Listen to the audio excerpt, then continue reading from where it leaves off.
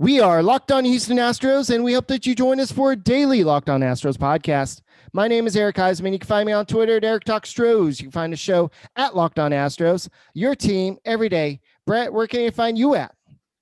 They can find me at H-Town Wheelhouse on Twitter and at Stros411 on Twitter, Instagram, and Facebook. Always positive, always Stros. All right, we have a special guest, Phil Selig. I said it perfectly earlier, but why should people know who you are? I know that you cover a pretty interesting baseball league. Yeah, absolutely. So I pride myself as Canada's top expert on Cuban baseball. And if anybody wants to follow along on Instagram, Twitter, and Facebook, it's at Cuba Beisball, the Spanish pronunciation Phil, Cuba Baseball Phil.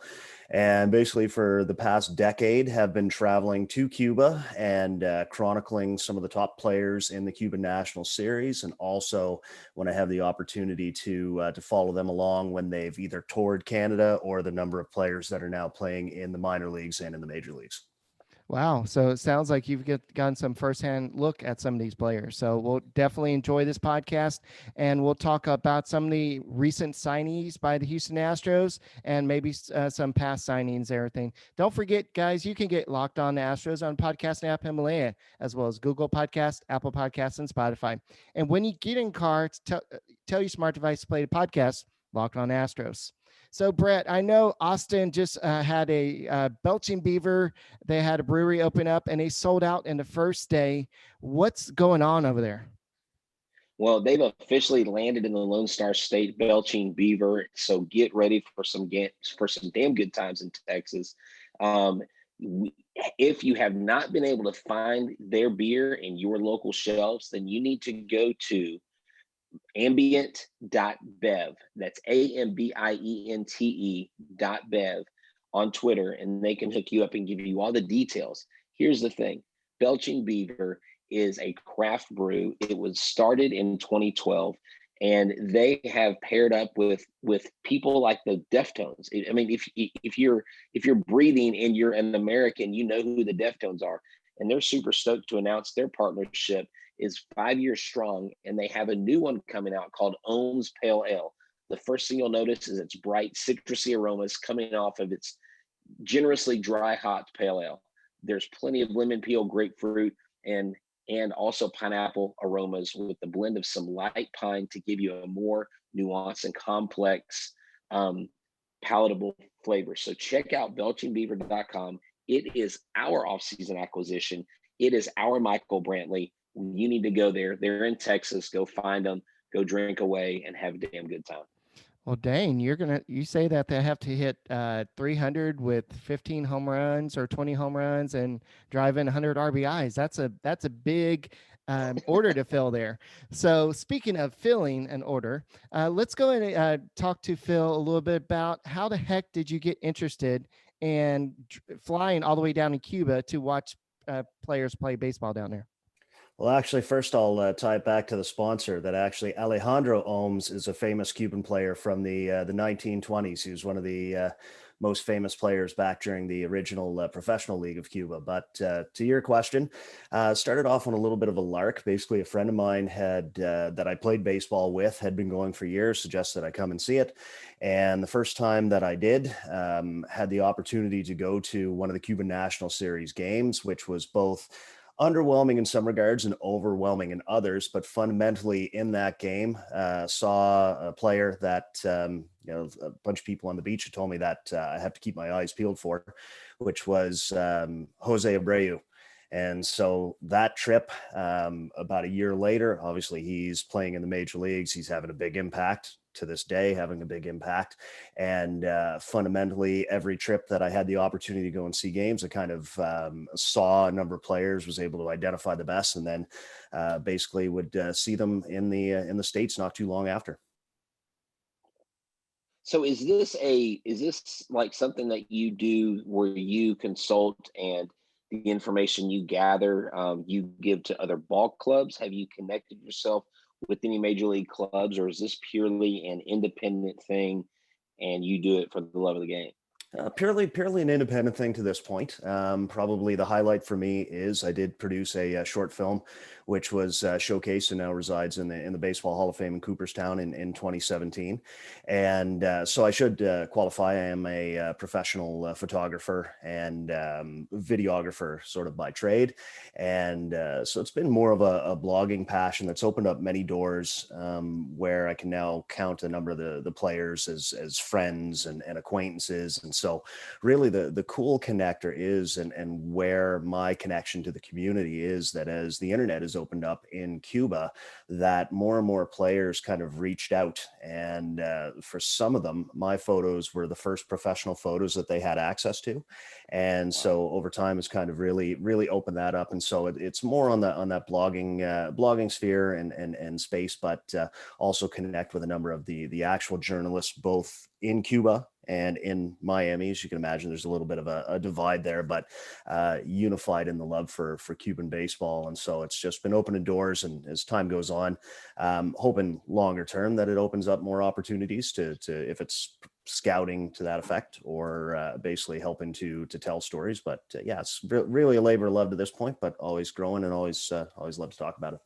Before we start talking about some of the up and coming kids, what do you think about Yuli Gurriel's career as an Astro? Has he lived up to your expectations? Yeah, absolutely. So actually, Yuli Gurriel is one of the players that I had the opportunity to see in Cuba. And before he left, actually, it's probably about a month before he left, got to see him hit a walk-off home run. And at that point, he had basically accomplished everything that he could do. I was a little bit surprised to see that he and his younger brother did leave at the time that they did, which was an indication, basically, that the rumors of an agreement between Major League Baseball and Cuba obviously wasn't imminent. So, kind of looked at it in 2016. There was a lot of talk that, and I know in 2018 that a deal was on the table, but ultimately fell off. But in 2016, there was talk that it might be coming faster. Clearly it wasn't. So at that point, obviously Yuli was a little bit of a more mature player, but kind of projected that I figured he'd probably be a 290, 20 home run, 85 RBI guy. So, he's exceeded that in a couple seasons, and, obviously has resulted in a ring. So he's doing some good things there for you guys in Houston.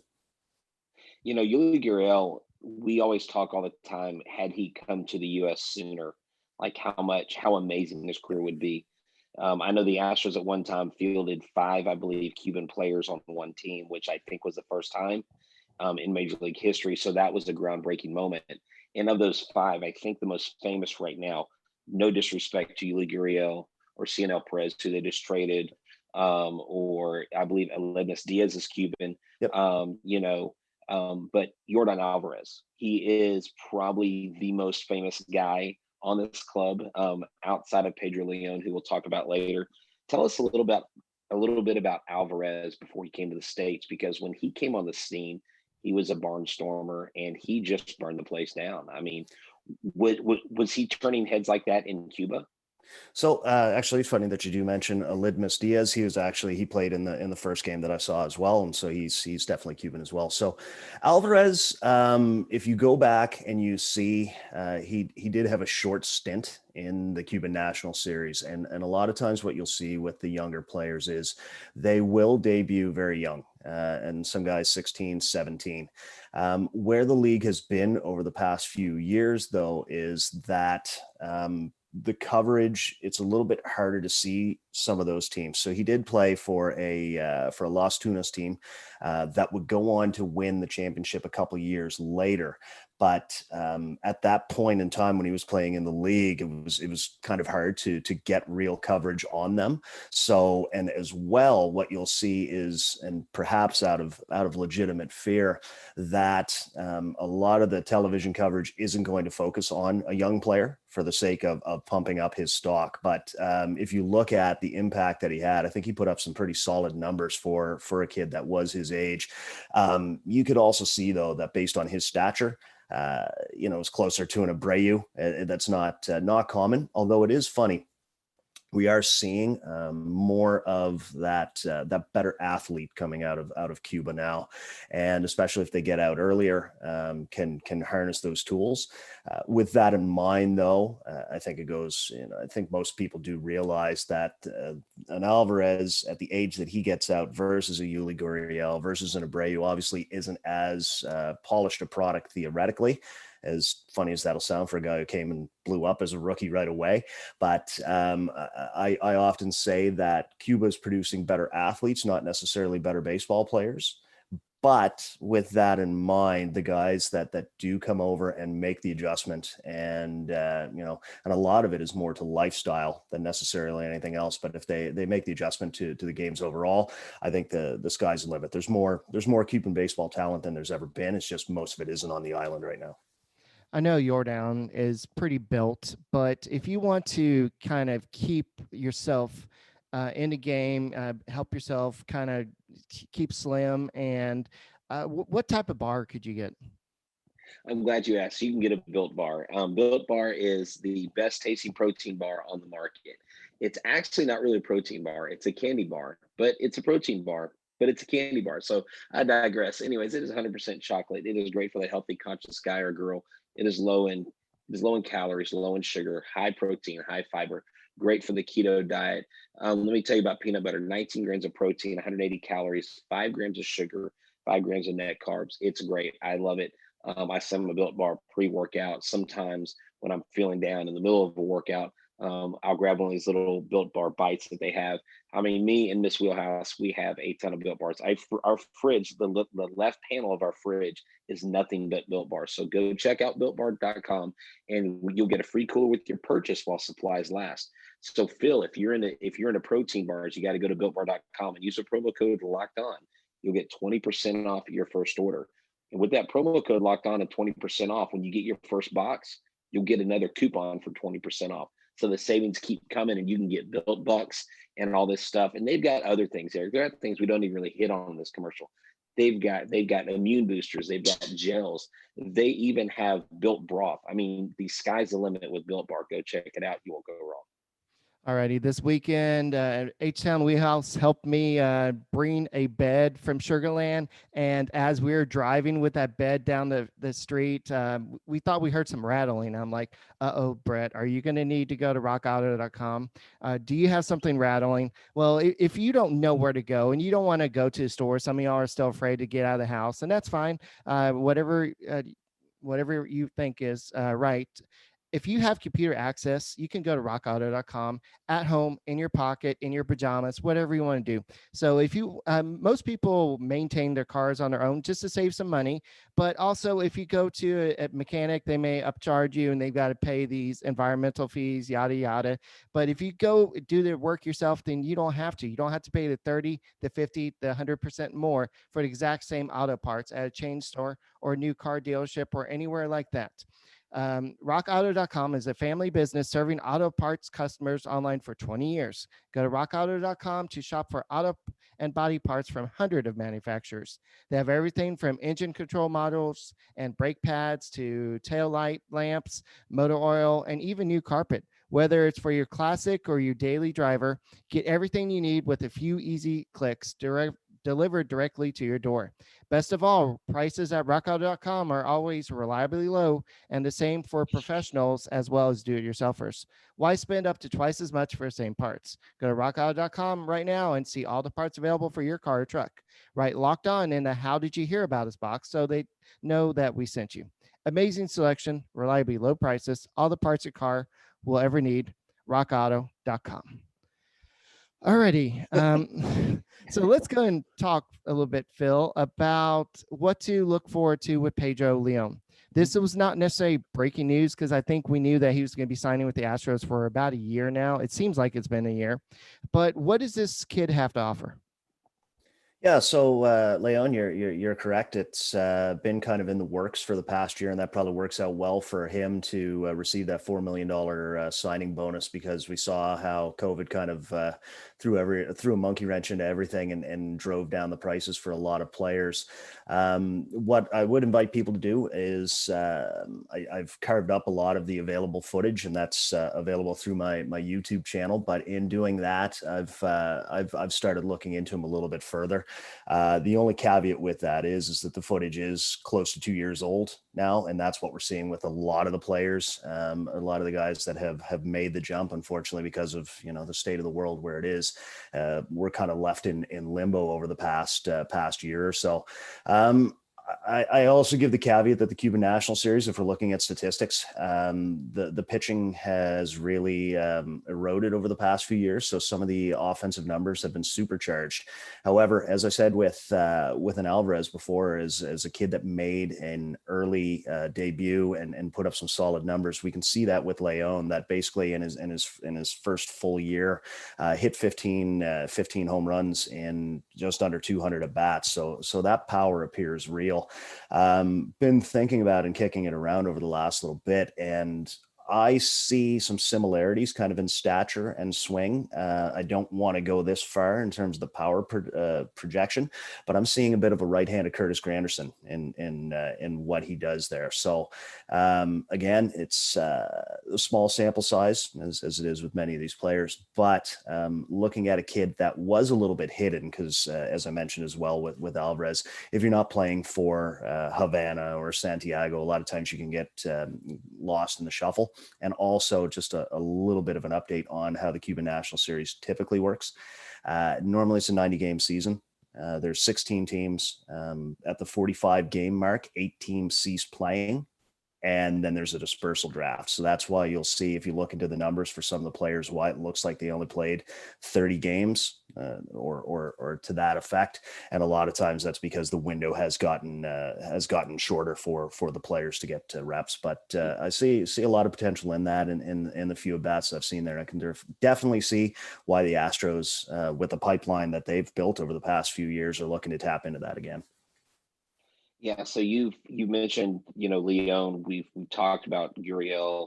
We've talked about the Houston Astros success over in Cuba, and I know Luna when he was here was real big recruiting. I know when we got Alvarez, I remember he talked about how when he asked the Dodgers, they were like, "Hey, with that Alvarez kid, they had a pitcher in the minors," and they were like, "The pitcher?" He's like, "No, we want the big tall Alvarez, the one that our Cuban scouts told us to get originally." And we said no. And they were like, "Well, he hasn't even played for us." He's like, "That's okay. We'll take him anyways. We'll send you Josh Fields." And how that turned out to be our Larry Anderson, Jeff Bagwell moment for this generation. But where do the Astros, because I was interested to know this, where do the Astros rank as far as Cuban talent? Because they just signed Norel Gonzales. He signed a contract. They said he's going to be big at the AA level. He's got a big bat with a great contact. His slash line over 5 seasons in that Cuban league is 315, 395, 457. He left Cuba in July 2019.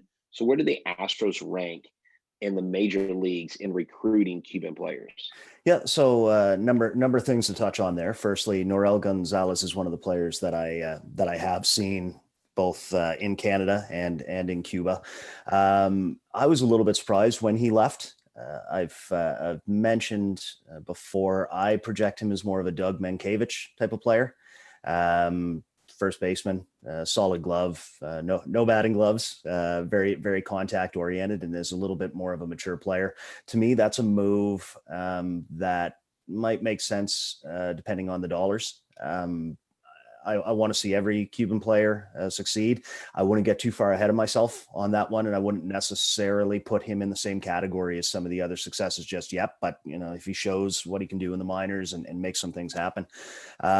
So in terms of where the Astros might rank, it's funny that you mentioned the Dodgers. So in the past, basically in the past decade, and it kind of corresponds with the time that I have been going to Cuba. Obviously, there have been a lot of successes, but there have been some big misses, some big investments, dollar wise, that haven't necessarily turned into to results on the field. And the Dodgers probably bear the brunt of that. They've had 4 or 5 big signings that didn't necessarily play out. Now, for me, it's kind of fun because I watch a lot of those players. Many of the guys have either gone back to Cuba or they're playing in Japan. They've had success in other leagues, but ultimately they might be quadruple A players. But for the Astros, there's a little bit of a running joke that anytime a player becomes available, if you guess that they're going to the White Sox, you have a 75% chance of being right. But if you actually look at the success that the Astros have, they're pretty much neck and neck. So I would say it's probably the White Sox and the Astros are really on the leading edge of that. And it seems they trust their scouts but as you mentioned as well, in a few circumstances, basically kind of identifying the guy once he's in someone else's system and taking that shot. But then I've also read and heard the culture that they've built. Cuban's very much about family, very proud of their culture. And so I wouldn't be surprised to find out as well that there is a little bit of, you don't want to overstate it because, at the end of the day, these guys are professionals. They can either go out and play or not, but there's a lot of other distractions, a lot of other things. So I think that getting to an organization where they know they can be supported, they have their fellow countrymen and that they consider brothers, they're helping to support them along as well, I think is a big thing and probably goes to where the Astros are having success. I know a lot of people don't want to see Miles Straw in center field, and people are saying, "Oh, Pedro Leon, can we just throw him in center field to start the season?" For my knowledge, he did not play in 2020, so it's going to take some time to get him back on his feet, get his bat speed up. What are your thoughts about him playing maybe later this year? I think that's unless something big happens in the minor leagues, I don't think that's going to be necessarily the projection. He's still young, and as you say, has missed out on some serious development time, both twofold because the team that he was playing for the last time that he would have played before he defected might be late 2018, early 2019. So there's some development time that's missed there. I would think that they'd probably want to bring him along slowly, but perhaps a late September call up with a chance to see what he can do. But I personally, I'd be a little bit surprised to see if he's having an impact at the major league level this year. So what's it been like seeing these kids, getting to know them? I believe you said you were one of the first people to see Abreu. But what's it like seeing them get to live out their dream, the opportunities that it affords their family that they wouldn't normally have, being a major league prospect? Yeah, so there's no doubt. Cuba's a complex place, and the relationship with the island is very interesting. And so I want to see every player maximize their dream, but at the same time I want to see Cuban baseball thrive. And so it's a tough balance on that, because to put it into perspective, and as I sort of alluded to, the past decade has been the dam has opened up. A number of things have changed. Cuba has lost the advantage that it had, that basically on the international stage before the World Baseball Classic, they were basically sending professionals to play against amateurs. So as that changed and the results started to erode, and access to the players became easier, and guys saw that there was potential payday, more players started leaving. Some statistics peg that just as 2016, 150 players left that year alone. So how many of them do we hear about? How many guys just kind of disappear? I want to see everybody be as successful as they can in this life and in this baseball life. But one of the things that I actually do find really intriguing and like to see is for the players that maybe aren't on that trajectory. There's more guys that are having the opportunity to go play in Japan and have good money and bring that home and change their lives there without having to risk everything. Obviously the perfect scenario is someday where it's legal, the relationship is better.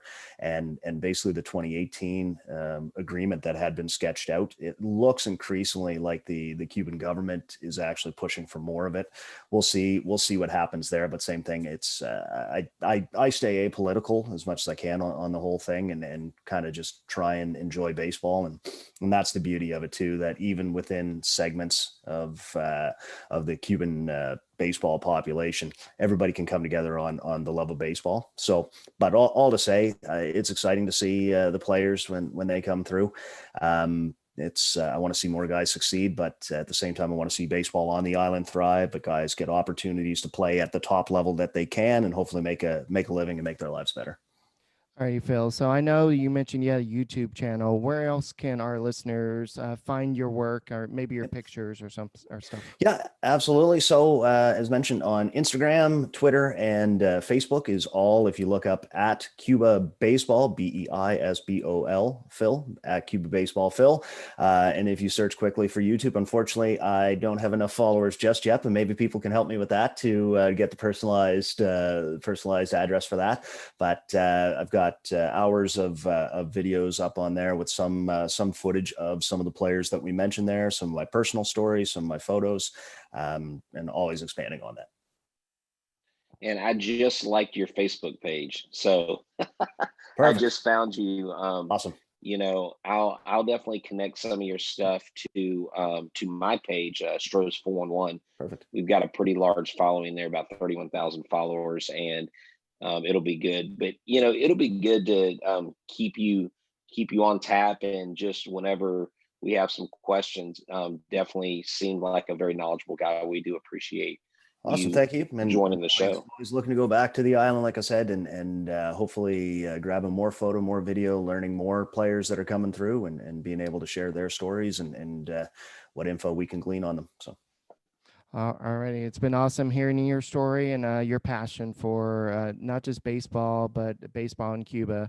And so it's awesome to hear all this, and your knowledge on the players is going to be something that we're going to be looking at, especially when Leon gets closer to making his major league debut. We'll get you back on and see what's going on there. But guys, if you want to get more of the sports news you need in less time with our new Locked On Today podcast, Peter Bukowski hosts the Locked On Today daily podcast, breaking down the biggest stories with analysts from our local experts. Start your day with all the sports news you need in under 20 minutes.